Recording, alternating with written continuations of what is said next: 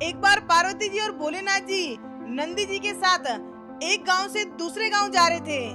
भोलेनाथ जी नंदी पर बैठे थे और पार्वती जी पैदल चल रही थी। तो गांव वालों ने देखकर कहा कि कितना निर्दयी है कि पत्नी पैदल चल रही है और खुद नंदी पर बैठा है। तो भोलेनाथ जी खुद उतर गए और पार्वती जी को नंदी पर बैठा दिया। इतने में दूसरे गांव पहुंचे तो गांव वालों ने देखकर कहा कि देखो जोरू का गुलाम पत्नी को नंदी पर बैठाया और खुद पैदल चल रहा है। फिर पार्वती जी को भी संकोच आया और दोनों ही नंदी पर बैठ गए और तीसरे गांव चलने लगे।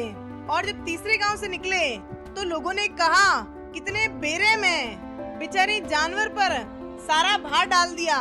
फिर दोनों को संकोच हुआ तो दोनों ही नीचे उतर गए और नंदी जी के साथ पैदल चलने लगे। इतने में चौथा गांव आया तो गांव वाले कहने लगे कि देखो कितने मूर्ख हैं, का वाहन साथ में फिर भी पैदल चल रहे हैं। तो ये दुनिया ऐसी ही है, चढ़े हुए पे भी हंसती है और पैदल पे भी हंसती है। इसीलिए किसी को साबित करने के लिए मत उलझिए, क्योंकि इस दुनिया का सबसे बड़ा रोग कि क्या कहेंगे लोग। तो लोगों की बातों पर नहीं, अपने गोल पे फोकस कीजिए। कुछ तो लोग कहेंगे, लोगों का काम है कहना।